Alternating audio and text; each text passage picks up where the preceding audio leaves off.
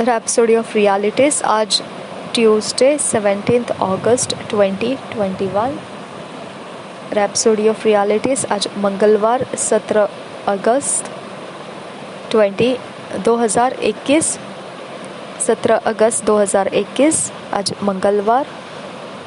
Pastor Chris ओयाखिलोम द्वारा जो वचन आज हमको सीखने के लिए मिला है, फिलिपियंस 2 चैप्टर 9 वर्स 10 वर्स। फिलिपियों की पत्री 2 अध्याय 9 वचन 10 वचन। आज इस वचन के आधार से जो टॉपिक है, जो विषय है, honour the name of Jesus. प्रभु यीशु मसीह के नाम को आदर। Honour the name of Jesus, यीशु के नाम को आदर। हम वचन के आधार से ये विषय को सीखेंगे। Philippians 2 chapter 9 verse 10 verse। Wherefore God also hath highly exalted him, and given him a name which is above every name, that at the name of Jesus every knee should bow, of things in heaven and things in earth and things under the earth। और एक बार पढ़ेंगे Philippians 2 chapter 9-10 verse। Wherefore God also hath highly exalted him, and given him a name which is above every name, that at the name of Jesus every knee should bow, of things in heaven and things in earth and things under the earth। इसी वचन को हम हिंदी में पढ़ेंगे। फिलिपियों की पत्री 2 अध्याय 9 और 10 वचन। इस कारण परमेश्वर ने उसको अति महान भी किया और उसको वह नाम दिया जो सब नामों में श्रेष्ठ है, कि जो स्वर्ग में और पृथ्वी पर और पृथ्वी के नीचे है, वे सब यीशु के नाम पर घुटना टेके। आमीन। और एक बार पढ़ेंगे फिलिपियों की पत्री 2 अध्याय 9-10 वचन। इस कारण परमेश्वर ने उसको अति महान भी किया और उसको वह नाम दिया जो सब नामों में श्रेष्ठ है, कि जो स्वर्ग में और पृथ्वी पर और पृथ्वी के नीचे है, वे सब यीशु के नाम पर घुटना टेके। Jesus is head over all things. He is the head of all principality and power। यीशु सिर है सभी चीज़ों के ऊपर। वह सिर है सारे प्रधानताओं और सामर्थ के ऊपर। His name has power in heaven, in the earth and under the earth। उसके नाम में सामर्थ है स्वर्ग में, पृथ्वी में और पृथ्वी के नीचे। Everything responds to his name। सब कुछ उसके नाम को प्रत्युत्तर देता है। Demons bow to his name and scamper in terror। Contrary circumstances are changed at the mention of his name। शैतानी आत्माएं उसके नाम के सामने झुक जाती है और थरथराती है, भय में कंपकपाती है। जो विपरीत परिस्थितियां हैं वह बदल जाती है जब यीशु मसीह का नाम लिया जाता है। You have to learn to honor his name for its power to work for you, in you and through you। अगर आपको आपके जीवन में ये सामर्थ काम करता हुआ चाहिए, आपके लिए, आपके द्वारा अगर ये सामर्थ उसके नाम में जो है काम करना चाहते हैं, तो फिर आपको सीखना पड़ेगा उसके नाम को आदर के साथ इस्तेमाल करना। Your result or how much that name works for you is to the extent that you honor it। आपका नतीजा या फिर आप कितना उस नाम को काम में लाते हैं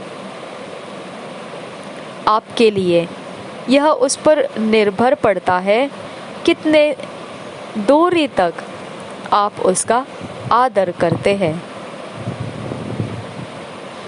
Honor primarily means to show respect towards or for। आदर का जो मतलब बनता है प्राथमिक स्थान पर एक आदर युक्त समझना, आदर युक्त देखना, आदर युक्त होकर किसी चीज़ की तरफ, किसी की तरफ देखना या किसको आदर देना या किसी का आदर होना, इस प्रकार से उसका मतलब बनता है। Honoring the name of Jesus means giving recognition to him and serving him as Lord।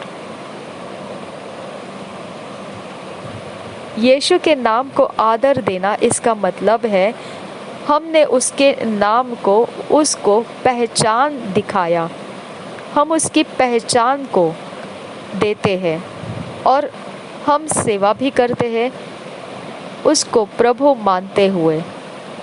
His name only works for those who honor him as Lord। उसका नाम केवल उन्हीं के लिए काम कर देता है जो उसको आदर के साथ प्रभु मानते हैं। For instance, there are sinners who agree that the name of Jesus is the greatest name, but they don't serve him. They are not following him। कुछ क्षण के लिए ऐसा देखिए, अगर कोई पापी है और मान लेता है कि प्रभु यीशु मसीह का नाम सबसे महान नाम है, परंतु वह उसकी सेवा नहीं करता है, उसके पीछे नहीं चल रहा है, वो उसके पीछे चलने वाला भी नहीं है। As a result, the name is not working for them। तो नतीजे के तौर पर वह नाम उसके लिए काम नहीं करने वाला है। In the same way, as a Christian, you have to be subject to the Lord Jesus। सही समान तरीके से मसीही होने के नाते आपको प्रभु यीशु के अधीन होना पड़ेगा। Honor him in your life for his name to work for you। आदर कीजिए उसके नाम को आपके जीवन में, क्योंकि उसका नाम आपके लिए काम करने वाला है। God said in 1 Samuel 2:30, them that honor me I will honor। Jesus said, if any man serve me, him will my Father honor। John 12:26। पहले शमूएल के 2 अध्याय के 30 वचन में परमेश्वर ने ऐसा कहा, इसलिए इस्राएल के परमेश्वर यहोवा को की यह वाणी है कि मैंने कहा तो था कि तेरा घराना और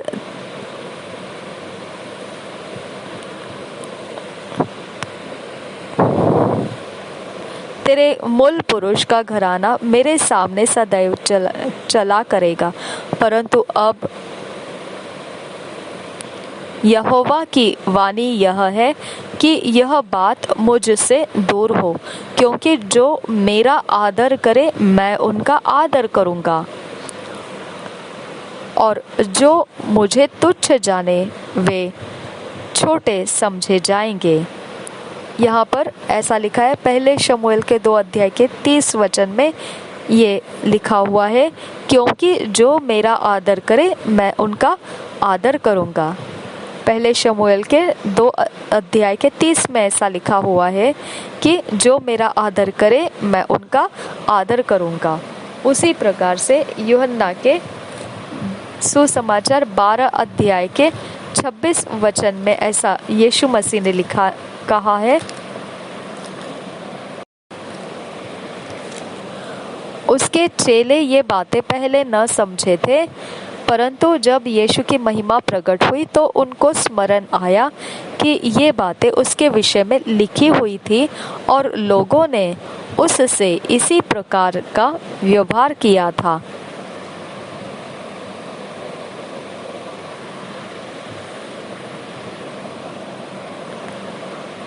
छब्बीस वचन पढ़ना था, मैंने 16 वचन पढ़ा, 26 वचन सॉरी। यदि कोई मेरी सेवा करे तो मेरे पीछे हो ले, और जहाँ मैं हूँ वहाँ मेरा सेवक भी होगा। यदि कोई मेरी सेवा करे तो पिता उसका आदर करेगा।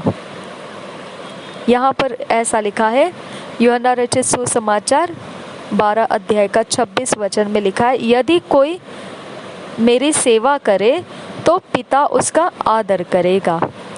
और एक बार पढ़ेंगे, यूहन्ना रचित सुसमाचार 12 अध्याय का 26 वचन। यीशु ऐसा कहता है, यदि कोई मेरी सेवा करे तो पिता उसका आदर करेगा।